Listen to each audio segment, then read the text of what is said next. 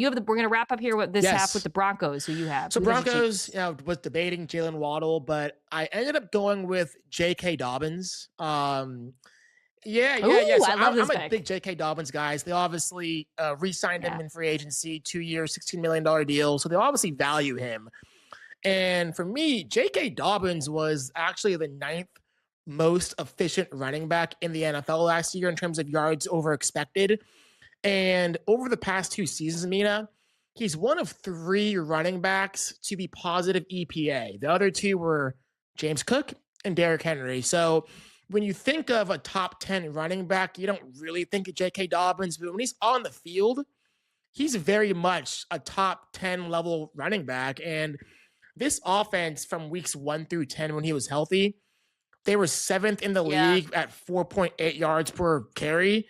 When he was out weeks 11 through 17, they were 21st. And I like RJ Harvey, but he's not going to be a bell cow between the tackles runner. He's best used as a receiving back. A lot of his production was from the receiving game. And so that's why they drafted Jonah Coleman.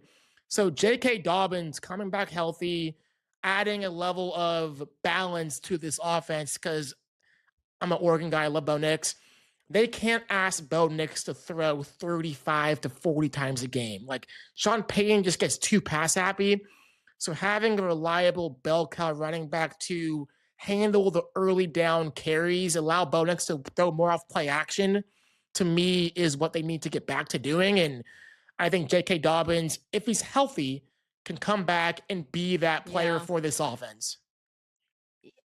I really slipped on how big of a deal his loss was when it happened. I was like, they can run the ball. Because the offensive line is so good at run blocking.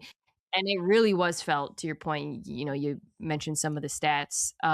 This is also an offense, too, that the passing game didn't really scare defenses. They faced the 6th most stacked boxes in the NFL last season. And one would think that adding Waddle will open up opportunities for the run game, which was, I love the Waddle trade for Denver. It's awesome.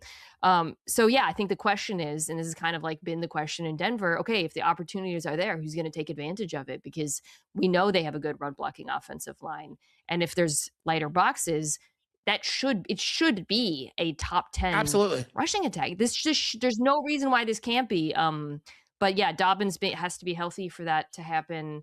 I did like the Coleman pick as insurance and short yardage, and he, I think, is a very efficient back. He can catch passes. So now you got a nice little group there.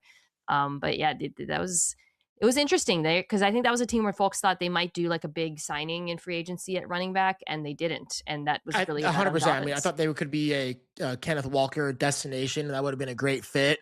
But they clearly valued and targeted Dobbins, re-signing him early on, which just shows what they think of him even after the injury, And I think a lot of NFL fans don't look at Dobbins and think, oh, he's, a top X running back. But clearly people at the Broncos and the stats even say he's good when he's healthy. So I think him coming back will be huge for this offense. Good pick. I love it. All right, let's take a quick break. Come back and do the AFC South. All right, we're back. The AFC South. I will go first here. I will do the Jags. It's got to be Travis. For a litany of reasons. I mean, this was a player they gave so much to get. There was so much hype. There was questions about what he should do. And his rookie season, he got really injured. Before he got injured, I think there were still debates about, are they using him correctly? Now it seems like he's going to primarily play corner. Hey guys, real quick, only 40% of our viewers are actually subscribed, so let's change that right now. Hit that subscribe button right below. All right, going team by team in the AFC, alphabetically, Denver Broncos are up next. Indeed. Over-unders 9.5 for the defending AFC West champions. The disrespect that Vegas has for the Denver Broncos. Yeah, every year, we do this, and a couple of them jump out as that just feels wrong to me. This is one of those ones where this roster, top to bottom, looks like one of the best rosters in the NFL to me. Okay, Bo Nix is a bit of a polarizing player, and maybe that's what this is just an indictment effectively on Bo Nix, certainly relative to the quarterbacks that we've been talking about so far, with the exception of the Browns. But, like, he's no Joe Burrow, he's no Josh Allen, he's no Lamar Jackson, right? These are MVP caliber quarterbacks, and whatever you think about Bo Nix, he isn't yet that. But it's already a team that's shown that it's capable of being in championship games, right? Like, it feels very harsh to suggest that they will win fewer than 10 games this year based off where they are. Compare this. So I mentioned the Bengals have not gone over 9.5 since 2022. Right. Well, the Broncos have been over 9.5 each of the last 2 seasons. And just added Jaylen Waddle to the roster. Right. Last year, handily, right? They were 10-7. Yeah. 2 years ago, last year, they take the jump to go 14-3. In a difficult division as well, in a division with the Chiefs, even though they were on a downswing, right. In a division with the Chargers, who are, a playoff team once again. And so with everybody back, right? With everybody back, and schedule-wise, they're going to be, middle of the pack? Yep. Like most teams are going to be. Like they're tied toward the middle, homogenized league here. So there's no real signal either way on that. But yeah, look, I know football doesn't always work like that. Hey, we returned everybody. But for Denver last year, it did. Our whole story last year with Denver is like, hey, they didn't go into the draft with any needs. They may have needed a tight end in March, and they grabbed Evan Ingram. All right, tick that box. Just draft the best players. This year, they trade their first rounder for a receiver in Waddle and just add him to the mix, where they had a decent receiving core, but they didn't have a great defined complement to Courtland Sutton, and now they do. Mm-hmm. It's year 3 of Bo Nix. You talk about range of outcomes, just the range of outcomes on social media of what you're going to get for Bo Nix responses. He's either like on pace to be Peyton Manning, or he's just this awful bust who's terrible. But he's won a ton of football games through 2 years and played pretty well. And so, I'm leaning over here for Denver. Yeah, same. I think this is comfortably over. The only 2 sort of reasons I can come up with for that kind of number are, number 1, it's an indictment of Bo Nix generally relative to these other quarterbacks. And number 2, it might also be the expectation of that division getting tougher. Like, Kansas City bouncing back changes that picture. Like, if the Chargers are better this year, if they put an offensive line in front of their quarterback, like, the Raiders should be significantly better just because they were so god-awful a year ago. Like, if that division is tougher this year than it was a year ago, then you expect Denver to win fewer games than they did a year ago. So maybe that's it, those 2 things in combination. Having said that, I still think you boil it down to, this is one of the best rosters in the NFL with a quarterback who's shown he can make pretty good use of that, and one of the better coaches in the league. I feel like that's an easy double-digit win team. Also, just a high level, this is year 4 for Sean Payton. George Payton, the GM, different spelling, was the incumbent. They've worked really well together. They took over a roster which was not good. Remember, at one point 4 years ago, we thought they might trade for Aaron Rodgers, and it was like, he could be the missing piece. They get Russell Wilson instead, and it wasn't great, But even now in hindsight, like, Sean Payton got pretty good play out of Russell Wilson relative to where he's been the last 4 years or so. Certainly didn't get better once you removed him from Sean Payton. Right. And then Payton has had this team. And Sean Payton, I think he always had a big hand in personnel in New Orleans, and he's had a big hand in personnel here for Denver. And they've hit on a lot of picks and just they rebuilt the offensive line. So I'm just like stepping back a few years now and saying they've done a really nice job getting this organization back on track. And I think we also have more Sean Payton data points, right? When the head coach leaves the elite quarterback, it doesn't always go well. We've seen that historically, or when he no longer has the clear-cut Hall of Fame quarterback. Well, Sean Payton, it started in New Orleans when he didn't have Brees. He won a lot of football games, right, with some backups. And he's done the same thing now in Denver, built this team back up and done it with a draft and develop player in Bo Nix. Yeah. And so as much as you might want to say, well, I've said this on other shows, Bo Nix is the 3rd best quarterback in that division until Fernando Mendoza, until we find out what Fernando Mendoza is. I don't think that's controversial to say Mahomes, Herbert, Nix. I know Broncos fans clicked to this part of the video, and they might say it's controversial. Fine. Bo Nix has a better record than Herbert. Whatever.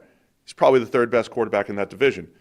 But Denver's maybe the best all-around team Yeah. And that's done them well these last couple of years. Yeah, the third, again, in this trend of the last few years where it turns out roster may be actually more important than people gave it credit for, independent of the elite quarterback. Yeah. He might be the third best quarterback in the division, but that looks like, I would say, fairly comfortably the first best roster in the division. So those two things should, I think, make Denver the favorite. So, yeah, I'm going to take the over on the 9.5 here. And unless there was some residual, I know there were some rumors about residual Bo Nix injury effects or whatever it may be, but I'll take the over for Denver. One spot from last year, slowly climbing upwards, is Bo Nix. Yeah, this is where it started to hurt doing this exercise. I would say this is the next two guys we're going to talk about where I'd go, yeah, they're here at 16 and 15, but could they be 9, 8? When the year's over, or do I want to redo? Certainly, because they got talent.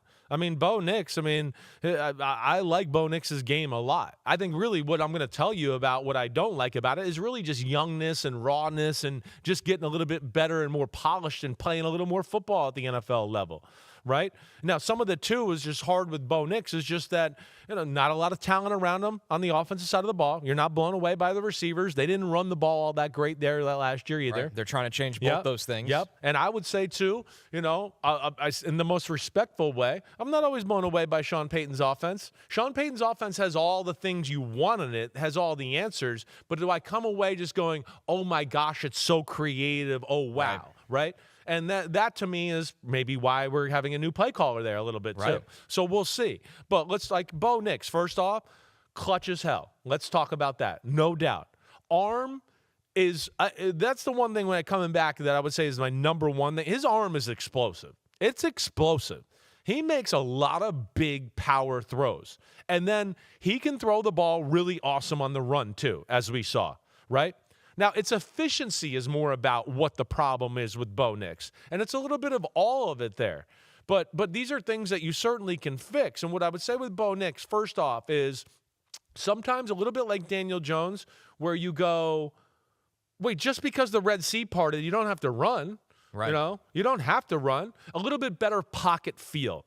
Because there are times where I go, wait, there's a lane and he just tucked it and ran, and I want to be like, no, this is the perfect play versus this coverage, and you got somebody wide open for 20 yards right there. Like, I don't know if that was the time to run. Yeah, you got 4 yards, but again, you might have lost 30 right there. So I feel like that a little bit. There are other times too where I could sit there and go, don't leave the pocket. Or hang in the pocket more. It's going to be open, and he kind of gets out, and because he's an athlete and he can make some plays on the run. But again, there could be plays left there as well, and then there could be the opposite. And that's where I was trying to get to as I was stumbling it, where I can also look at it at times and go, wait, you're too good of an athlete. Why are we hanging in there now? Right, so there's just a little bit of a feel that way, and I think that same thing that jumped out to me when you watch his reads down the field too. It's just a little bit at times, wait, number one should be open right away, and he throws it, and it's like, damn, it's a car crash, right? Well, that wasn't the right read.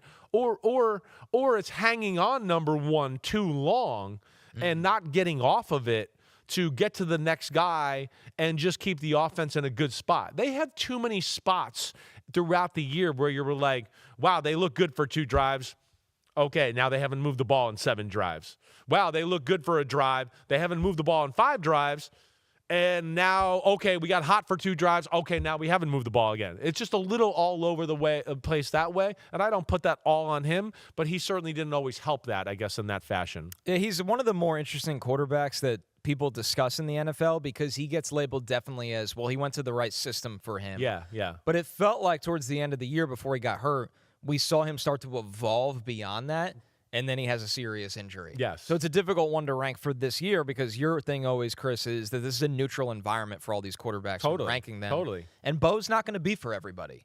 But a lot of people that doubted him, he's playing better than people thought. No. I had my reservations as a prospect. I'm like, man, he's just not physically impressive. Right. I've stood 10 feet away when he was thrown at the Senior Bowl, and I was like, and that was the year he was next to Michael Penix. I'm like, he's going to be a mediocre thrower at the NFL, and he's been way better than I ever thought. He's improved. I don't know what it is. Well, I think he's just learned that to let it go a little bit. Right. As far as let his arm go and throw with power instead of worrying about, screen, quick screen, let me keep it tight. And the Oregon offense special. Exactly. Yeah. Now, there's still some of that there in Denver at times. But yeah, I think more he's one, just like the guy we're going to talk about here in a minute too. It's more about efficiency that way. And, as a power thrower, though, I will say he can really make some game-changing type throws. Now, it's not always perfect, and he certainly can, be a little bit better on maybe some deep throws and stuff like that. Or not even sometimes he falls in love with the deep throw too much when they call it, and it's just like, hey, you don't have to throw it just because it's called here. It's not open. Let's not let it go that way.